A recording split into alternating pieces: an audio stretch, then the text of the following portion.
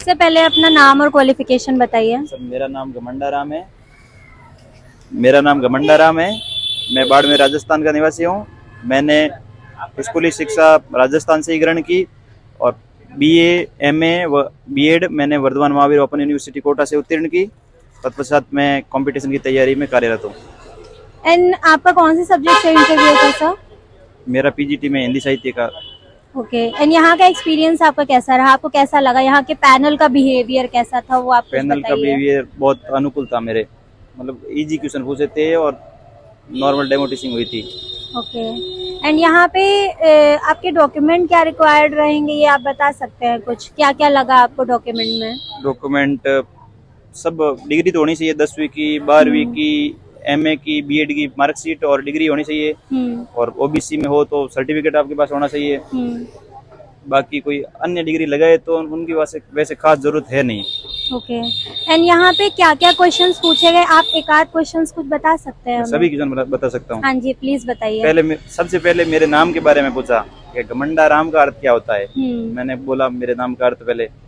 उसके बाद में पूछा कि आप क्या पढ़ के आए हो, या आपने फिर कुछ, मैंने बोला मैं कबीरदास जी के बारे में पढ़ के आया हूँ। तो क्या कबीरदास जी के बारे में कौन सा कोई दोहा पढ़ के आए हो? मैं कहा हाँ। फिर उन्होंने बोला ऊपर जाके पढ़ो, खड़े हो गए। मैंने कबीरदास जी के दोहा जो हम तो एक एक करी जाना, उस दोहे के बारे में उनको समझाया। फिर उन्होंने उस दोहे से एक शब्द पकड़ा, उसका अर्थ बोला, उसका अर्थ मैंने बता दिया।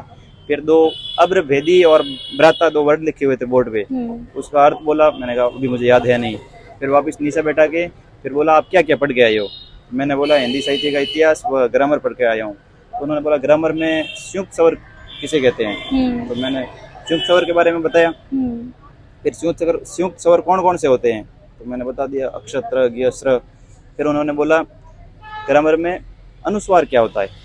तो मैंने कहा जो पंचम वर्ण के रूप में यूज होते हैं, जो ऊपर बिंदी के रूप में, वो अनुस्वार होते हैं। फिर उन्होंने बोला ये पुस्तक पढ़ी है ना आरो के 2 यूनिट है, एक महादेवी वर्मा का और एक दुष्यंत कुमार का। इनकी कुछ पंक्तियां याद है तो बताओ। मुझे याद थी नहीं, मैंने मना कर दिया। फिर हिंदी के बोला कि ये हिंदी दिवस कब मनाया जाता है?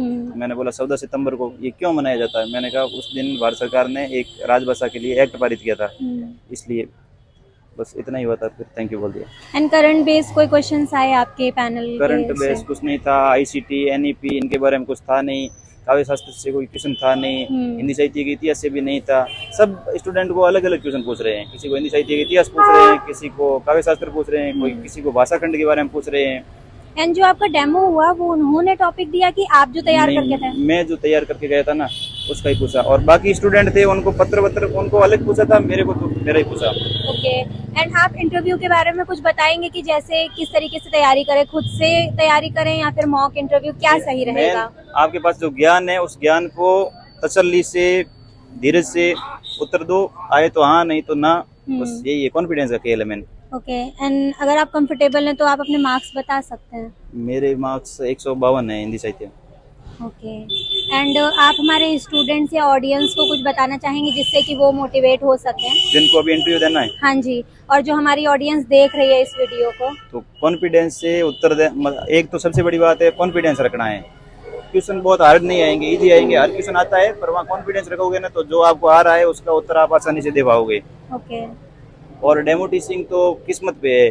वो आप अपना टॉपिक भी दे सकते हैं और कोई भी टॉपिक भी सुन सकते हैं। जैसे मेरे पहले आए थे, उनको पत्र पढ़ाने के बारे में बोला था, पत्र किसी ने तैयार नहीं किया था, उनकी वो खराब हुआ। एक लड़का और आया था, उसको बोला था 26 जनवरी के बारे में पढ़ाओ, तो उसको नहीं आ रहा था।